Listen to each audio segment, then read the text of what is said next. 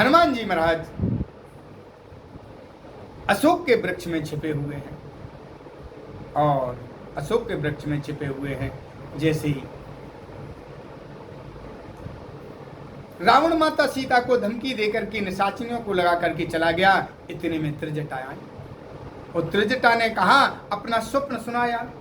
त्रिजटा ने कहा, अरे सपने बानर लंका जारी, जात धानो सेना सब मारी। त्रिजटा ने कहा, अभी मैंने स्वप्न देखा है कि लंका में परमात्मा प्रभु श्री राम जी का भेजा हुआ एक बानर आया है और उसने लंका जला दी। अब हनुमान जी महाराज मन में विचार करने लगे, लो एक नया काम आ गया। अरे मैं लंका कहाँ से जलाऊंगा, मेरे पास तो किसी प्रकार की कोई सामग्री है ही नहीं है, कोई व्यवस्था नहीं है, मैं लंका जलाऊंगा कैसे। लेकिन उन्होंने कहा, जब परमात्मा ने अपने भक्त को, अपने सेवक को स्वप्न दिया है तो इसको वही पूरा करेंगे। इस प्रकार उन्होंने कहा, लंका मनो विभीषण पाई और नगर फिरी रघुवीर दोहाई, तब फिर सीता बोल पठाई और यह सपना में कहाँ पुकारी, हो सत्य गए।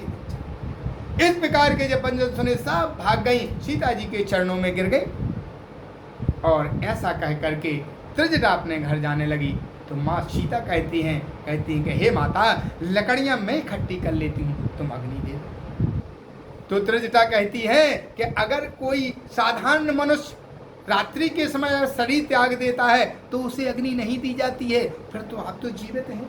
तो कहती है कि नयन ले मेले सोन सुकुमारी,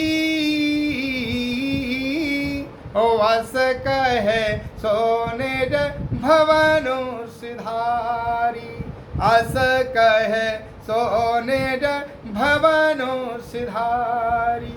ऐसा कहकर अपने वो भवन को चली गई। सीता जी बोली कि अब जो है परमात्मा ही विपरीत होगा।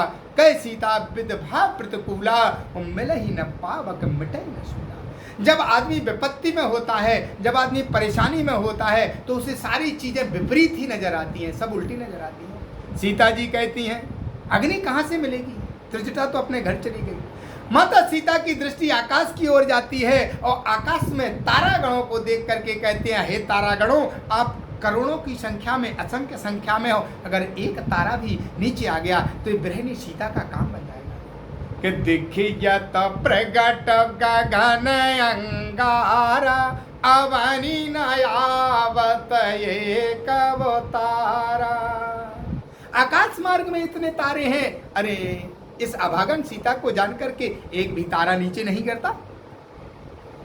सीता जी की दृष्टि चंद्रमा पर पड़ती के, हे चंद्र देवता, तू एक चिंगारी भी दे दे तो ही गृहिणी सीता का काम हो जाएगा, ये अपना शरीर पर त्याग कर देगा। तारागणों से विनती की, तारागणों ने सीता की कोई विनय नहीं सुनी। तब जाकर के चंद्रमा से विनती की, चंद्रमा ने भी कोई विनती नहीं सुनी। रात्रि का समय था, चंद्रमा की किरणें अशोक वृक्ष के कोमल पत्तों पर पड़ रही थीं और चंद्रमा की किरणें जब अशोक के कोमल पत्तों पर पड़ रही थीं तो वो अशोक के जो कोमल पत्ते थे वो अग्नि की तरह चमक रहे थे। सीता जी की दृष्टि तुरंत पड़ी और सीता जी ने तुरंत अशोक के वृक्ष से कहा, हे अशोक का वृक्ष, अरे तुम अपना अग्नि का अंगारा दे दे। कहते हैं, अरे सुनाओ बिना ये मम बेटा पे अशोका, और नाम सत्य करे हर मम शोका। हे अशोक, मैं तेरे नीचे बैठी हुई और मुझ में शोक ही शोक भरे हुए हैं। अर्थात तेरा नाम अशोक ना करके तेरा नाम शोक कर दिया जाए, क्योंकि मैं तेरे नीचे बैठी और मुझ में शोक ही शोक भरे हुए हैं, इसलिए तेरा नाम अशोक नहीं, तेरा नाम शोक रख देना चाहिए। अशोक का वृक्ष हाथ जोड़कर माता से कहता है, हे माँ, मैं आपकी क्या मदद कर सकता हूँ। माँ सीता कहती, अग्नि का अंगारा दे। अशोक का वृक्ष कहता है, माँ मेरे पास कहाँ अग्नि का अंगारा है। सीता जी कहती है, झूठ बोल रहा, अरे तेरे जो कोमल पत्ते हैं उनमें अग्नि तो भरी हुई है।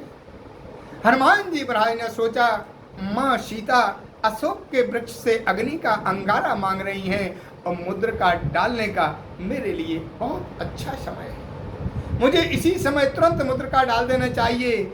और तब कपि मन कीनो विचार कि कपि मन कीनो विचार,